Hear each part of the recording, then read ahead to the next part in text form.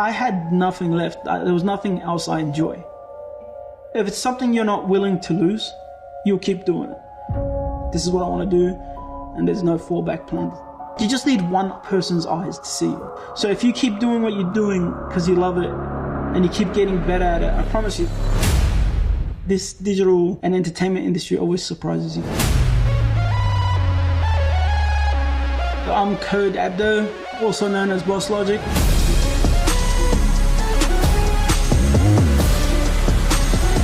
You'll probably know me better as BossLogic. I've done a whole bunch of posters and concept arts and promotional things for high-end companies that you know of, like Marvel, DC, Warner Brothers, Netflix, just the list goes on. I've always been a person that drew in school. I would draw on textbooks. I was kind of failing at school, so I even failed at art, which is kind of ironic. My friend got into the digital side of things in school, so he started using Photoshop, and I installed it on my computer, and I started transferring my skills to digital so I can have fun on computers, because that's the next step that I thought. But yeah, I started enjoying it, started liking it, and started thinking I was getting good at it. So a couple of people approached me to do flyers and stuff, and you kind of get that satisfaction that people like your work, and kind of got addictive to create things. And hey, I'm making money out of it now, so I can keep going. I wasn't making big money. I was making like between $10 and $50 for flyers. But yeah, from then I just kept creating and trying to outdo myself, get better. I used to do a lot of blueprints, in my head anyway. I used to be able to picture what I want to do, and sometimes I'll sketch it out in rough thumbnails. But over the years, I kind of nullified the paper. It's I just think about it in my head, think about the whole process, and I know exactly where to go in Photoshop, and the tools I need to use, the photos I need to use, and I know exactly what I need to do step by step. Okay, I need to open the page, I need to do this, that, and I know what tools to use, and I'm able to finish a piece that would usually take me about 6 hours, 7 hours if I was to brainstorm while doing it. But if I brainstorm beforehand, it's I'm able to finish it in about an hour. There's no time wasting. As soon as I'm on the computer, I know what I'm doing. I set up, turn on some music, and just finish the job. My dad was an artist, and he grew up being an artist, and he knew the struggles because he didn't make it. He tried for years and he couldn't get anywhere with it. So he kind of had that pre-notion that I was going into arts and design, and it's failure is imminent. So he wanted me to be an electrician or a mechanic. And that's understandable. It's especially with Middle Eastern families or cultural families, it's they want you to be doctors. I did venture off and start doing normal jobs hospitality, production line, that kind of just kills your brain. But I went into all those sort of things, and when I decided to come back to art and cancel everything else, just bank on just art, just designing, just what I like, I kind of threw everything away. My mentality was I wasn't ever willing to lose it. And the only person that really supported me that time was my mother. She got money, got credit cards, spent it all on me, on computers and gear, cameras, so I can do what I need to do just to make it. She's the only one that believed that I will make it, even when I didn't believe it. It's you got an angel investor. It's she helped out. It's I want to make her proud. From then, it's it was many years, from 2009 when I got really serious into it, and till 2014, where I saw nothing and she absolutely saw nothing. It's but she kept supporting me all the way through.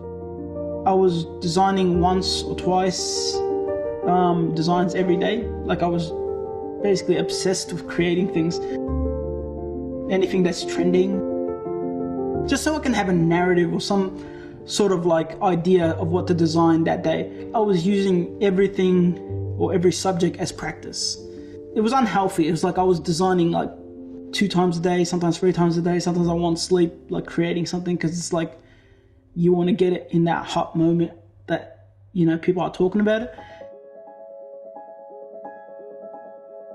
Transition into, finally I got my first big paycheck, or finally I started making money, started getting into the studios, and finally when I got to the point in life when I'm able to change something or actually say thank you to her. I paid off her house. That's as soon as I could get that moment in my life, I made sure that I wanted to do that, and I did that. That was my life for like 5 years straight. Like, I didn't get out of the house. I wasn't really social, so that was my world. So yeah, I got my break around 2014. That's all the hype of the Arrowverse shows, like The Flash and Arrow.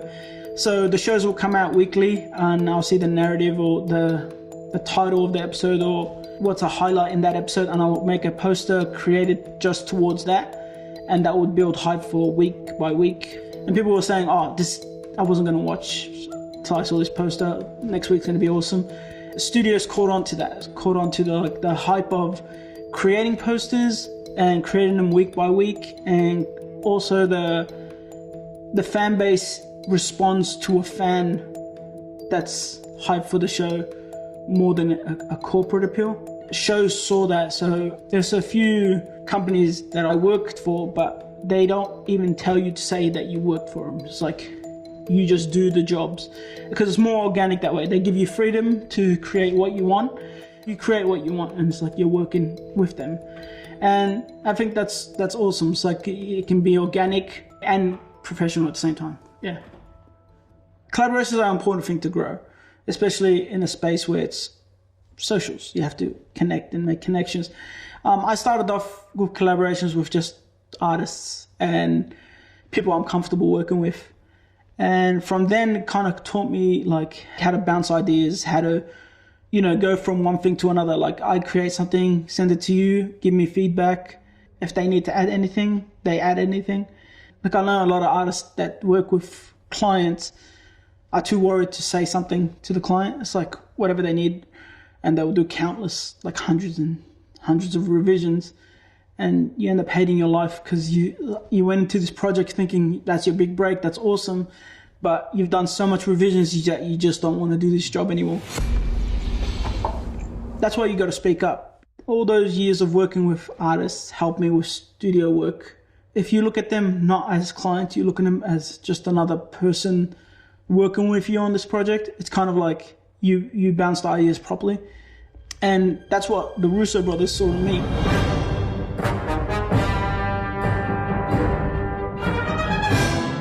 They saw I can have a narrative and build a story on a poster.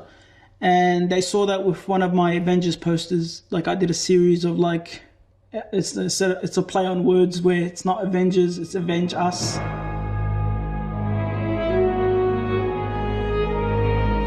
They loved it. So the Russo brothers, Joe Russo especially, reached out to me, says if you're ever down in LA, and I was going to LA at that time. He goes, if you're down in LA, come visit our studio. And we did just that. We went to the studio, we talked shop, and it was a good conversation with him because it wasn't like a work conversation. It was just like, he's a fan, I'm a fan, and it's like we were talking about the things we did. And from then, it's kind of, we grew a relationship to the point where he wanted me on Endgame, and that's how I landed that gig. And from that gig is kind of like that I made it moment.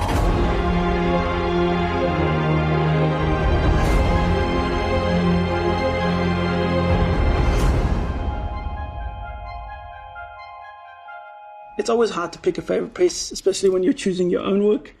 But my favorite in this room would have to be the Last Supper, because it's the final piece that I did after I did the jobs for Marvel and the Russo brothers. Everyone loves this piece. There's like a whole bunch of Easter eggs, whole bunch of hidden details, kind of like iconic poses that were in the movies.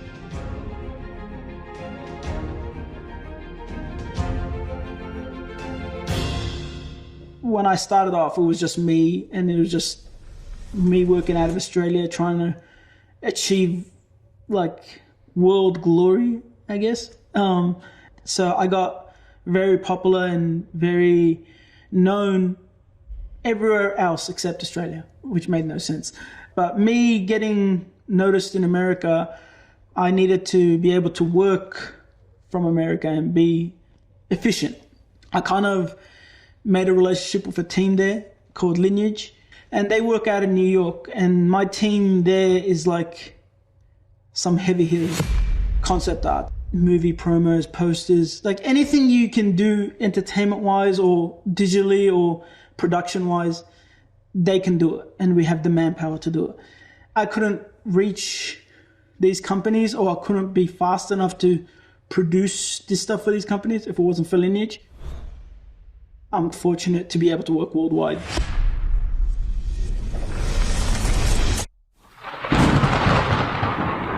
So the reason I use Photoshop is that's the first thing I started off with. So I got used to it. I got used to the interface, the UI and everything. Once you learn it and you grow with it, you evolve with it. And Photoshop has like evolved extremely. Like you got AI stuff in it now. You got these filters that help out with everything. The pen tools even like upgraded. And that's basically what we did with this. You guys told me, it's like, hey, we got 30 minutes. Let's do something for this video. And I'm like, okay, we'll think of something that would hit. And yeah, I just go and pick out the right images, right lighting, and make something that pops. So ever since the start, I did this as a mechanism to cope with just like how I felt back then. I didn't have a good time at school. It's like the school was like a bad place, especially in these areas. So I kind of like hid myself. I didn't finish school because I couldn't cope with the people anymore.